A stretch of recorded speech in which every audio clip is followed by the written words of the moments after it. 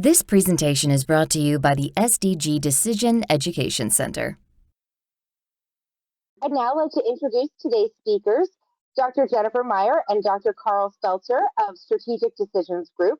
Jennifer is an author and partner with SDG who works with leadership teams to develop new strategies that embody a healthy decision culture. She has extensive experience developing and delivering courses on cognitive biases and the effect that they have on decision making. Jennifer, welcome to today's webinar. Thank you. It's nice to be here. Jennifer is joined by Carl Spelter, who has 40 years of experience working with top management and boards of directors to make value-creating strategic decisions. He is the chairman of Strategic Decisions Group. Both Carl and Jennifer are co-authors of the book, Decision Quality, Value Creation from Better Businesses Decisions. Carl, welcome to today's webinar. It's my pleasure. And now it's my pleasure to turn things over to your first speaker, Jennifer Meyer. Jennifer, you have the floor. Thank you. And let me extend my welcome to everyone that is joining us today as well. I'd like to start by mentioning that SDG is celebrating its 40th anniversary this year. And in celebration of that milestone, we're hosting a series of webinars designed to feature SDG's thought leadership in decision quality and decision science. We've had a great lineup of speakers and topics so far this year, and it's been great to see so many of you join us online. So let's get started on today's topic. So our focus today is harnessing conflict to fuel a healthy decision culture. So we might say, first off, what is a healthy decision culture? You might guess it is part of an organization's culture. And of course, there's many different components to a healthy organizational culture. Things like strategy and vision, clarity on values, good alignment on the people, who we are and what we do, the practices, how we work together, the narrative, the stories that we tell, the environment where we operate. All of those things are very important. And in fact, if you look at the leadership development programs in many organizations, you'll see topics that address many of these different pieces. But what's interesting is that the real heart of culture and at the heart of the role of a leader is decision making. It's the decision culture that brings together all of these different components of the organizational culture. And so this is where we're going to be focusing on understanding that culture that describes how we make decisions in this organization. Carl and I talked about this topic in a webinar recently that focused on how do you establish a healthy decision culture. And as part of that, we asked the participants the question, what would it look like if you had a healthy decision culture? And you'll see here a number of different words that came out, things like discipline, deliberate, leadership, integrity, commitment, all those different pieces. And what's interesting is that many of these have to do with how we deal with conflict. And for example, some of the key central ideas here were things like trust and transparency, respect, inclusiveness, openness, and accountability. And you might say that those are the things that will represent a healthy decision culture, so they must mean we have no conflict, right? Actually, no. We know that conflict is going to be a part of whatever kind of organization we're talking about. The real question is, how do we deal with conflict? So our approach to thinking about healthy decision culture needs to give us approaches for turning conflict into things that can be inclusive and transparent and respectful and open. And by the way, if you missed that webinar, there's a link at the bottom of this page, and we will make that link available to you as well.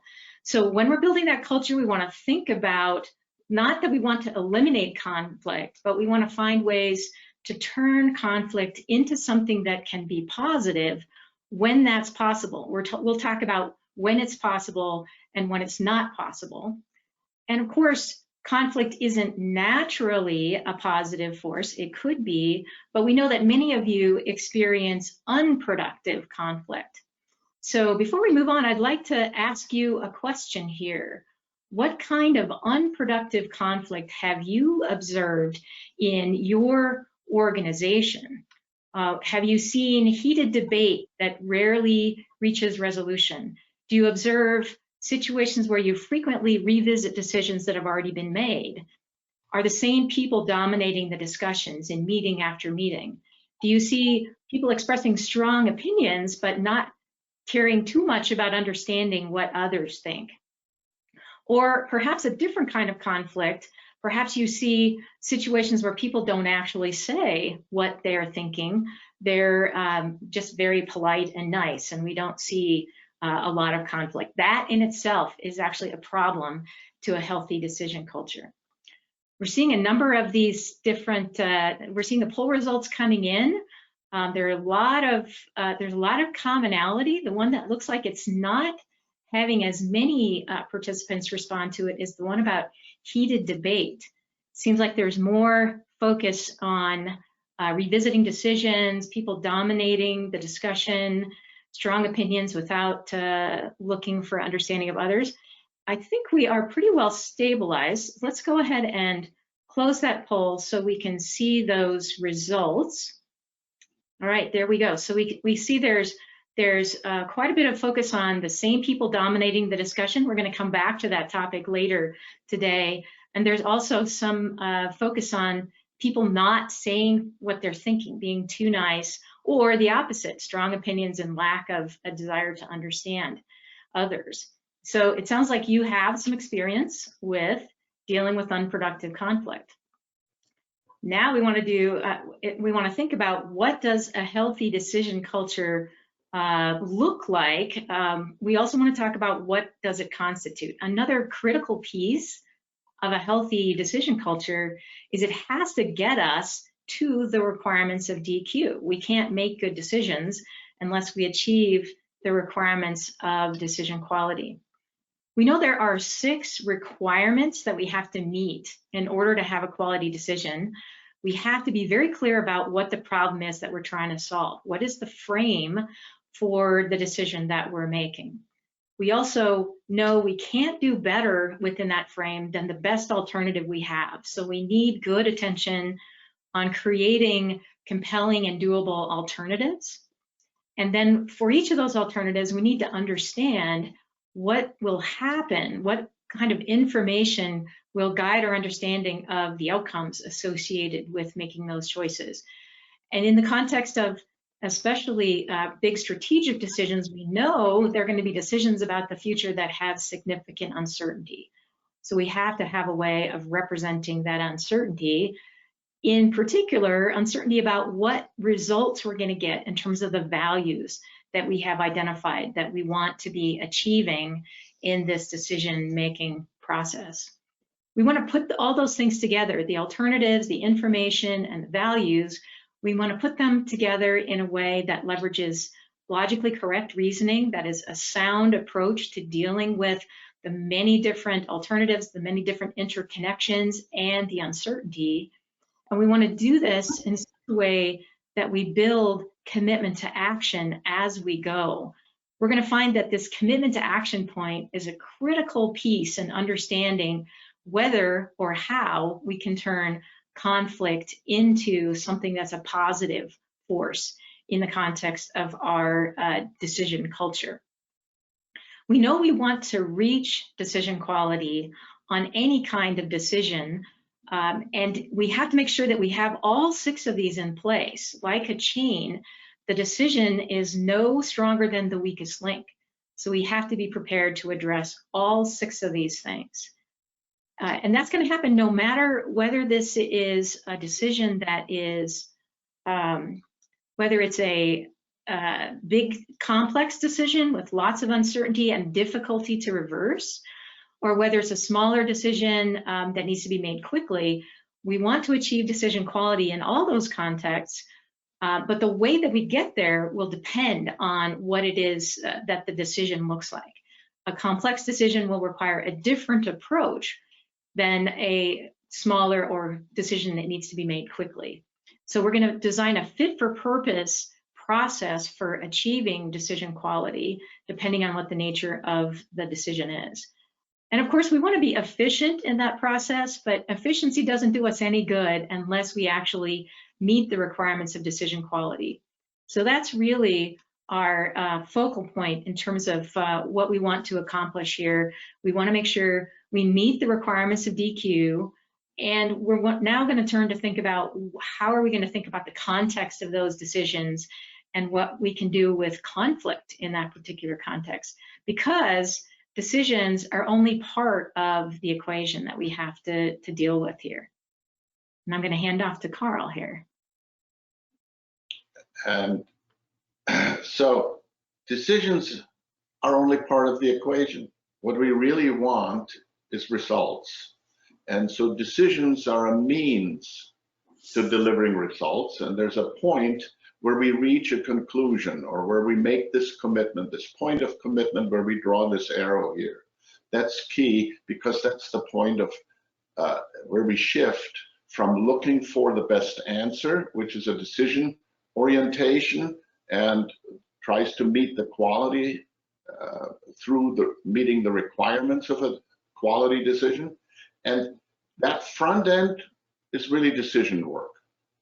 The next, we call that execution. So once we pass that point of commitment, we're in an execution mindset.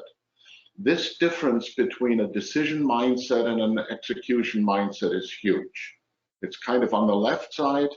We're open, we should be open at least, and we're trying to choose among alternatives. On the right side, we've got our mind made up, we're committed to something, and we want to get it done. Okay, so those are two different worlds.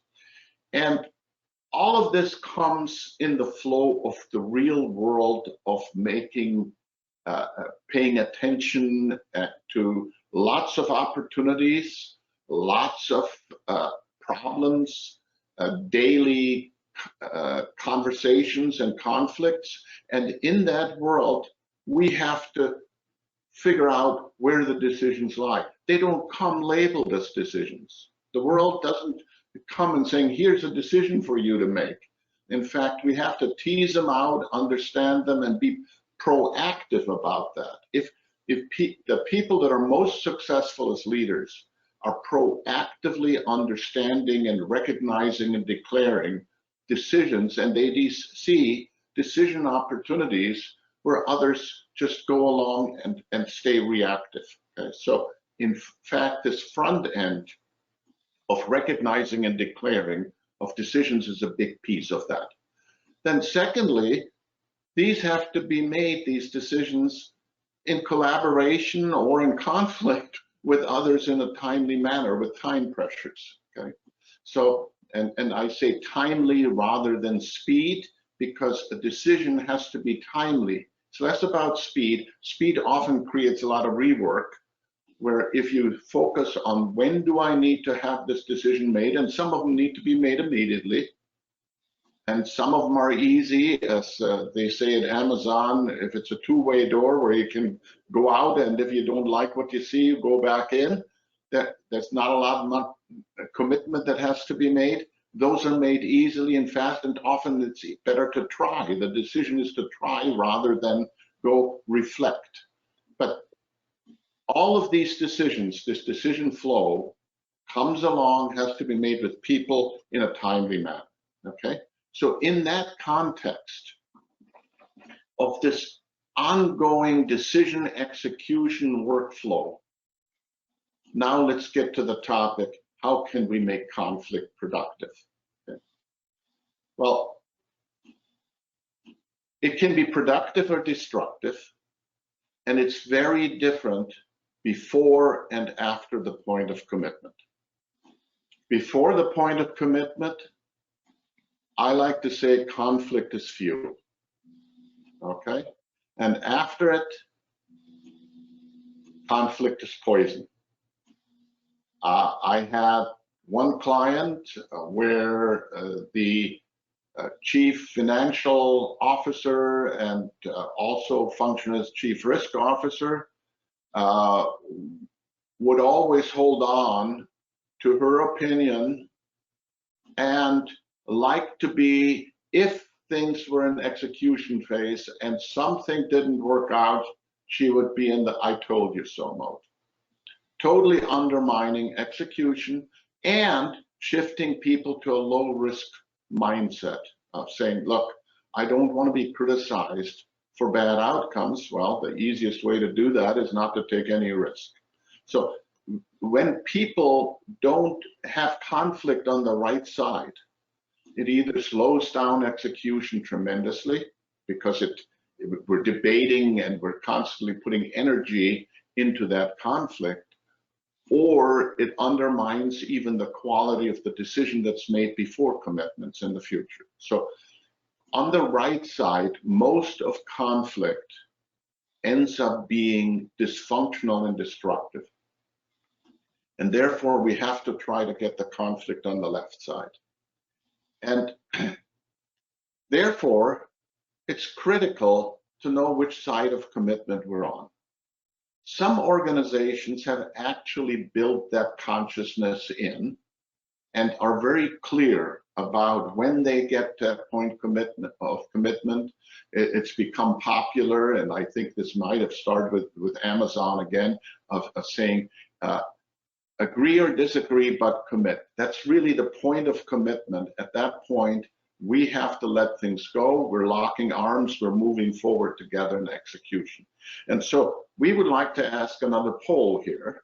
Actually, Carl, before we go to that, I want to mention another story about this whole idea of which side of the commitment are we on. Yes. One of our clients, we had a situation where the CEO was looking to change the direction of the organization, and the COO was very convinced that that person knew what needed to happen. So he was ready. He believed it was his role to make the call. And so he kept operating in a mode that, hey, I know what needs to be done here. Let's get on with it. How come you guys won't go along with me? That created a huge amount of challenge because he believed he was on the other side of execution when in fact the decision hadn't yet been made. And it took quite a bit of intervention from the CEO to actually help pull everyone back to the beginning and say, we're going to make this decision as a leadership team. And we were able to turn the conflict there into an opportunity to really put different alternatives on the table and come up with a solution that actually got the full team support rather than having the COO headed off in a direction that other people didn't support. And I'm guessing there may be different levels of clarity about that in different organizations. Very much so. And Jennifer, that's a great example. I experienced that the conflicts, when one person is still on the left side and thinks we're open for decision making and discussing it that way, and someone else is on the right side where they've already taken a strong position and are driving to execution or defending or whatever it is, those are the most difficult conflicts. You have to bring the party from the right side back to the left side if you want to have an open conversation, or you want the party that's on the left side saying, okay, I get it, we've already decided and I disagree, but I commit, okay? And we want to get on with the execution. But you got to be clear on which side you are. If the conversation crosses those two sides, it's very difficult to do. And let's go ahead and close the polls and show them. And I think what you'll see is that a lot of people are still in kind of the middle. It seems like a small group, or 8% in this case, already have that in their organizations embedded and are conscious, and they make it clear. They almost have like a ritual. Like in one organization that I worked with, the CEO would say at the end of this, now it's time to, and they'd all take their kind of thumbnail and put it across their hand and put their hands together and saying, like, now we're blood siblings to move forward together, okay? But most people are kind of in the middle.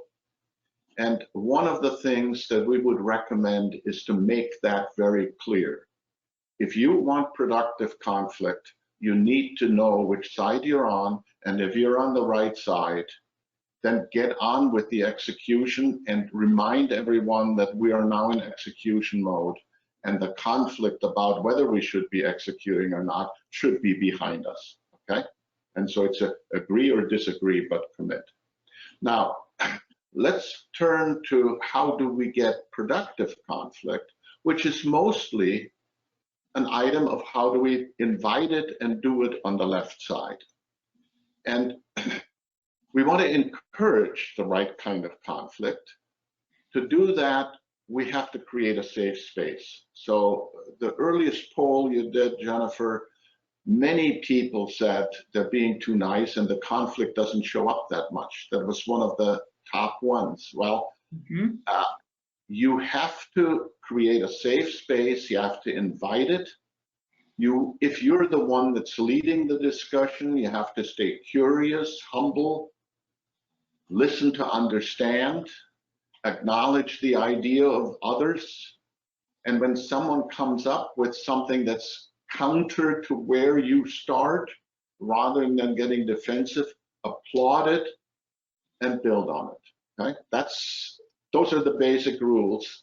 It's not hard to get in your head. These are not difficult concepts, but they're hard to make a habit and make it practice, because most of us like to have our mind made up, and actually our judgments are like on the right side of that equation, of where we've already settled down on something and we're defending it and advocating it. Okay? So creating a safe space and being in that mindset is number one. And if you're the person that has a belief that's counter to the person that's leading it, or to the group, you need to take the risk. You need to start developing the courage to initiate it, take the risk. Think of it as an offer rather than a disagreement, okay? You're giving a gift. It's a gift, and it's of value, because without it, we potentially would have a much smaller frame or much less value going in. So this, creating a safe space, inviting it and initiating it, is number one. And then you want to take that conflict, once you've now got it on the table, and turn it into fuel. Well, turning it into fuel means we're using the conflict and we're then somehow using it. We have in our mindset the 6 requirements of decision quality. And we say, okay, how can we use this to improve any of those requirements? And it could be reshaping the frame. It could be any of those. In fact, let's take a couple of examples. And Jennifer, let me assume you're in a setting here and you're leading this.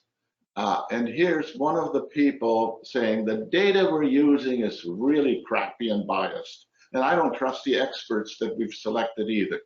Garbage in, garbage out. What are you going to do with that? Yes, this is a pretty common concern to be brought up, particularly when an organization is first starting to embrace the concept of decision quality. People say, yeah, it doesn't matter what we do, the data is junk, so there's no point.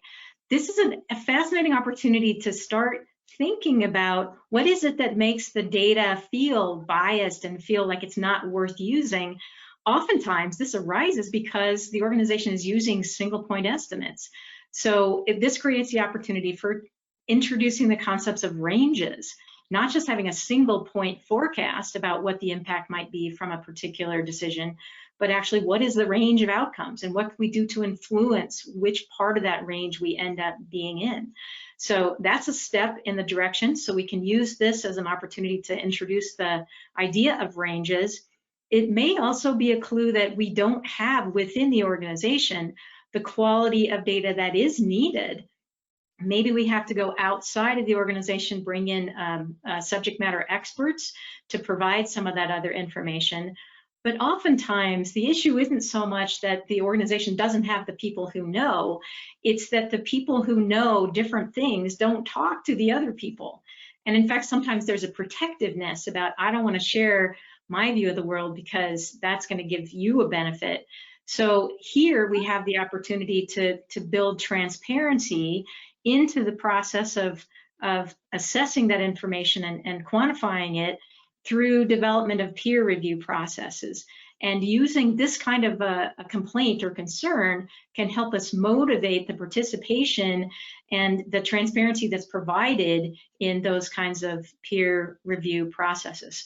So this tips us off to a lot of different directions we can take, and we don't try to contradict it. One of the interesting things here, it's not about refuting this person's claim. It's actually using it to demonstrate that there are things we can build into the process to make the information better. In one of those kind of situations where this came up that I was involved in, we ended up adding a whole new set of subject matter experts that were contrarian to our point of view that we reached out to, and we learned a lot. They were outside the organization, okay? And people got from this kind of conversation and saying, you know, maybe we are thinking too insular, you know, too narrowly, and who would have the opposite opinion from us, okay, and so on. So just think of each of those conversations as a starting point for improving, okay? And we really don't know where they're going to go. Okay, let's look at another one of these, Carl. Here's one that comes up in a situation where there's a different point of view. Well, if you really want to know what I think, I'll tell you. We have no real idea what the customer truly wants. We may be building a mousetrap when no one has problems with mice. How would you use this kind of challenge to help improve DQ? Well, this is a very fundamental one, and it's a great starting place, but I don't know where it's going to go yet. Okay, so if I were leading that discussion, I would say, so yeah, I agree with you. We don't really know what the customer truly wants. Is it possible to know, or is this a missionary product that we're on, and people won't know what they want until they've experienced it, like the iPhone was. Okay, and so the exploration, first of all, give it salience, the comment, make the person feel like they've contributed something by saying that. So it's a safe place and it values this kind of conversation, okay? And then it might shift and completely end up reframing our problem. It might end up with some creative alternatives of maybe if we can't use customer surveys on this, and focus groups don't even go deep enough, maybe we can create a kind of a temporary, simple, easy pilot product that we can then have people use and observe for a while and make that low cost, so we have an experimental way of learning more. There are lots of places this can go, okay? Yeah, and one thing that's interesting about this, Carl, this idea of translating this energy from this person, giving it some space, translating this energy into something that's actually productive, gives us some opportunity to remind people that it's actually a benefit to have more than one alternative. We don't want to just be talking about mousetraps. We want to be expanding thinking in order to build that quality. Yeah. So one more here. So in the meeting, someone says, you seem to have your mind made up and you're barreling along as if everyone agreed. I, for one, don't agree with that proposal. What would you do with that, Jennifer? This is a great example of helping clarify which side of commitment are we on. Is this going to be, are we in a situation where we're brainstorming and we're bringing out lots of ideas, or are we in the phase of actually concluding and moving forward? If we can be very specific about that, then we can help resolve this potential conflict. So we need to know which side of commitment are we on, and then we can decide how to use this. Yeah, this to me is so fundamental, and I recently participated in something where people were in the proposing advocacy mode, and in their minds they were on the other side of having their mind made up. Okay, it wasn't agreed to execute yet, but because the team that's presenting is in the advocacy mode, they're already on the right side of the equation, and every comment that's made ends up being defending the proposal, as opposed to, if you want to change people's minds when they have their mind made up, okay, having your mind made up on something is like being on the right side of this equation. It's just no accident that the behavioral decision scientists in our field have a society that's called the Society for Judgment and Decision Making. Judgment and decision making cognitively is the same process. Making your mind up is like making that commitment. So you take a position and you're really on the right side. And then recently I heard a presentation of what do you need to do to influence others? Well, you have to sell the problem. That's like dragging them back to the other side. So until people are open to be think about the choice or what might be the position that I take, we're not on the left side of this equation. Okay, so I can't emphasize enough that the starting point for thinking about productive versus non-productive conflict is making sure that around the table, if people have this idea clear around the table and everybody has that language, you say, which side of this are we on? It sounds to me like we're having a discussion on the right side. Well, are we there yet? If we're not there, then I don't think we should be doing the follow, etc. Okay, it's that kind of conversation. So I think everybody gets this. It's not that hard to understand, but I don't see it practiced very much. Okay, so you really have to raise it to consciousness.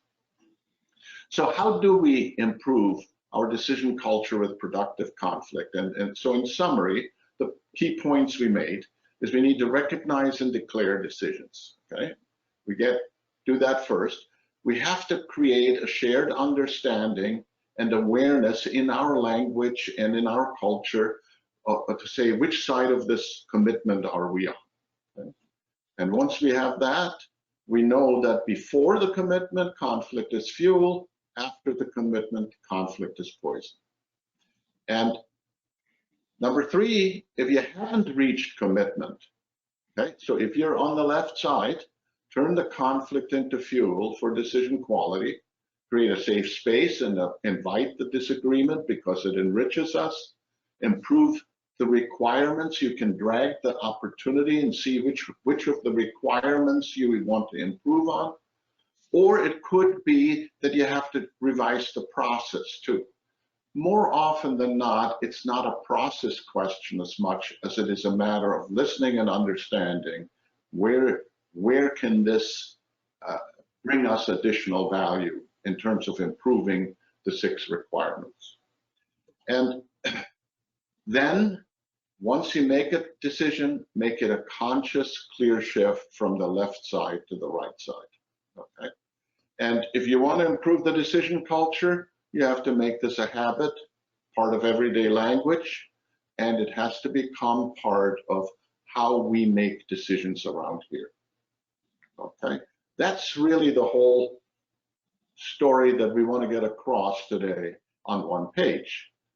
And now we'd like to ask you, and this is a Mentimeter, so you have to get online at www.mentimeter.com and use the code 27459181. Okay, please do that while we talk. And then you add 1 word or at most 2, make it short. Okay, don't long sentences don't work. But the question is, what attributes of a decision culture where productive conflict is embraced? What are the attributes of that? So far, we've got trustworthy, transparency, framing is critical, clarity of thinking. The the point that Jennifer made right at the beginning of when we think about decision culture as being central to total culture, and then within decision culture, what's key?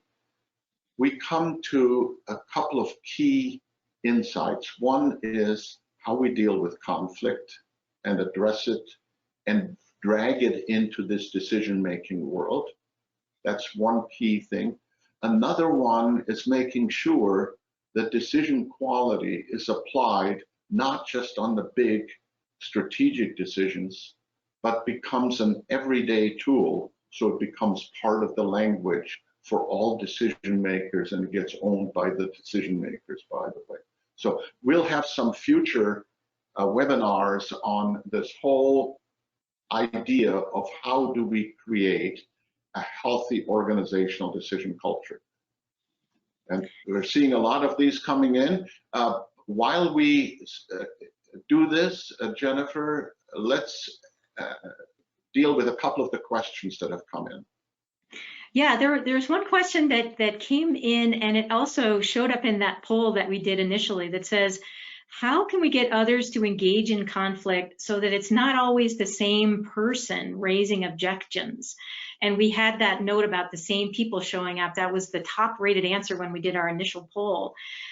So there's a couple of attributes to this. First of all, if you want to make sure that you're engaging others in the conflict, there's two things. You have to make it safe for the people who are not currently engaging. So you have to do some things to invite them. And one thing you might consider is using the devil's advocate role, having someone play the devil's advocate role whose purpose is to find challenges in what's being discussed, or find difficulties in the direction that's being talked about. Sometimes you don't want to localize that with one person. You want to invite everyone, take a step in the process to consciously say, all right, let's ask everyone to come up with some of the challenges that, for example, might affect the frame that we're currently proposing. So that's one piece of it, is how can you get others involved? But there's another side, which is we don't want to always have the same person raising objections. And we see this often. There are sometimes people who become cast in this role of the disgruntled disagreeer, always being the person who's going to be angry or disruptive in some way.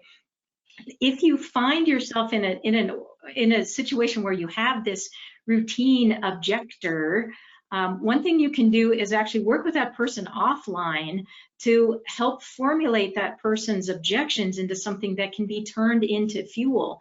Give them shared responsibility for not just raising an objection, but finding a way for turning that objection into something that can then improve the quality of the frame or the information or whatever. That can actually be empowering for that person and enable them to take on a role. Sometimes people get stuck in those roles and they don't necessarily want to continue to do it. But if you can help that person transition that role into something that'll be helpful for others, that can be a way to have it be positive for them as well as the group. Well, I think we can close the Mentimeter word cloud thing here, but you can see that some of the core things that we had when we asked people, what does a healthy decision culture look like 2 years ago? It's the same words. So I think this is pretty much confirming that being able to make conflict productive, invited, and create a safe space is a huge part of being able to create a healthy decision culture. The conflict is going to happen. You might as well find a way to make it productive. Yeah. And so I want to just say a couple of words about our program. These webinars are sponsored by SDG and the Texas Executive Education, where we give a strategic decision and risk management certificate. And that's a collaboration between SDG and Texas Executive Education, part of UT. And people take 6 2-day, if they're in person, the 2-day courses that then give them the certificate. They graduate with the certificate, okay? And there is a schedule that's listed there. There are 2 required courses decision quality, and then leading strategic decision making, which is basically how do you become a productive decision professional that leads a group through a decision project that reaches decision quality when you have a big complex decision problem, okay? And that's often the biggest challenge in this. But we also have multi-party DQ, biases, negotiation, collaborative decision-making, scenarios and forecasting, decision and risk analysis, modeling and analytics for strategic insight. And there are actually quite a few more courses that are considered for credit in this, so that you can get the certificate even by having some other courses that are not on this list. We hope you consider this or pass it on to others that might be interested in your organization, and that you would like to develop their decision support professional skills. It's very helpful to have people that have all these skills around you. Okay? And so with that, there are a couple more questions that came in that we have time for. So what are some of the questions that came? Thanks, Carl. What is the best way to move an organization to a healthy, productive conflict culture and then achieve the decision culture? How to do it? Well, I think make these kinds of habits, they're too, my own understanding of this is continuing to evolve, okay? We used to help organizations make big strategic decisions and teach them how to have the capability for making the big strategic decisions with decision quality. Once you get into this world of changing an organization's culture, you find that the core to it is the decision makers have to own it. All of them. They have to use it around their table and should be applied to all decisions. So there are two things that I would initiate. One is decision makers all have to own it. And the second thing is this: make conflict a productive conflict. If you take those two actions, which require a lot of training and a lot of development and then mentoring and behavior change, it's not just conceptual, it's behavior change. I think you'd go a long way to getting to a healthy decision culture. What else would you add to that, Jennifer? I think it's an interesting construct. One thing that's important is knowing where you're starting. We had another question come in about what tools and insights are available to help people within their organizations figure out where they are and when they're not being healthy. And we have a decision culture assessment approach that we use that helps create some understanding about what's going well in your decision culture and what else might you need to improve.